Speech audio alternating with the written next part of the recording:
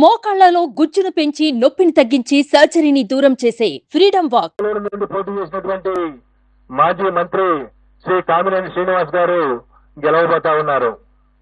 అలాగే విశాఖపట్నం నార్త్ నుండి పోటీ చేసినటువంటి విష్ణు కుమార్ రాజు గారు కూడా గట్టి పోటీ ఎదుర్కొంటున్నారు.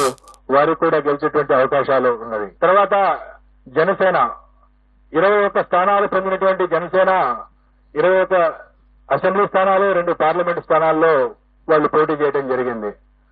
జనసేన 2 పార్లమెంటు స్థానాల్లో గెలవబోతా ఉంది. అలాగే అసెంబ్లీ స్థానాల్లో పిఠాపురం నుండి పోటీ చేసినటువంటి జనసేన పార్టీ వ్యవస్థాపక అధ్యక్షులు శ్రీ పవన్ కళ్యాణ్ గారు భారీ మెజార్టీతో గెలవబోతా ఉన్నారు. అలాగే ఆ పార్టీలో మరొక ముఖ్య నాయకుడైనటువంటి శ్రీ నాదెండ్ల మనోహర్ గారు గుంటూరు జిల్లా తెనాలి నుండి గెలవబోతా ఉన్నారు. తర్వాత తెలుగుదేశం పార్టీ విషయానికి వస్తే తెలుగుదేశం పార్టీ అధ్యక్షులు రాష్ట్ర మాజీ ముఖ్యమంత్రి నారా చంద్రబాబు నాయుడు గారు కుప్పం నియోజకవర్గం నుండి భారీ మెజార్టీతో గెలవబోతా ఉన్నారు. అలాగే వారి తనయుడు మాజీ మంత్రి శ్రీ నారా లోకేష్ మంగళగిరి నుండి గెలవబోతా ఉన్నారు.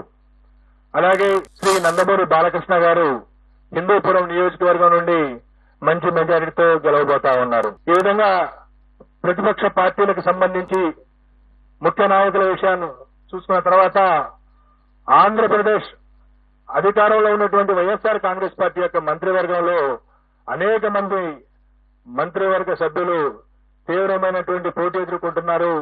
కొద్దిమంది ఓటమి చవిచూడబోతా ఉన్నారు. ఇందులో ముఖ్యంగా మనం ఆంధ్రప్రదేశ్ ముఖ్యమంత్రి శ్రీ వైఎస్ జగన్మోహన్ రెడ్డి గారు పులివెందుల అసెంబ్లీ నియోజకవర్గం నుండి భారీ మెజార్టీతో గెలవబోతా ఉన్నారు. అలాగే సిదిరి అప్పలరాజు గారు ప్రస్తుత మంత్రి పలాస నుండి ఓటమి చవిచూడబోతా ఉన్నారు. అలాగే ధర్మాన ప్రసాదరావు గారు శ్రీకాకుళం అసెంబ్లీ నియోజకవర్గం నుండి వారు గట్టి పోటీ ఎదుర్కోబోతున్నారు. నేను ఎక్కడైతే గట్టి పోటీ అని సంబోధిస్తానో అక్కడ మా మార్జిన్ ఆఫ్ ఎర్రర్ ఏదైతే ఉంటుందో +/- 3% కు లోబడి ఫలితం ఉండే అవకాశం ఉంటుంది. కాబట్టి +/- 3% ఉన్న దగ్గర నేను గట్టి పోటీ అని సంబోధించడం జరుగుతుంది. సుమన్ టీవీలో మీ పర్సనల్ అండ్ బిజినెస్ ప్రమోషన్స్ కోసం కింది నెంబర్ కి కాంటాక్ట్ చేయండి.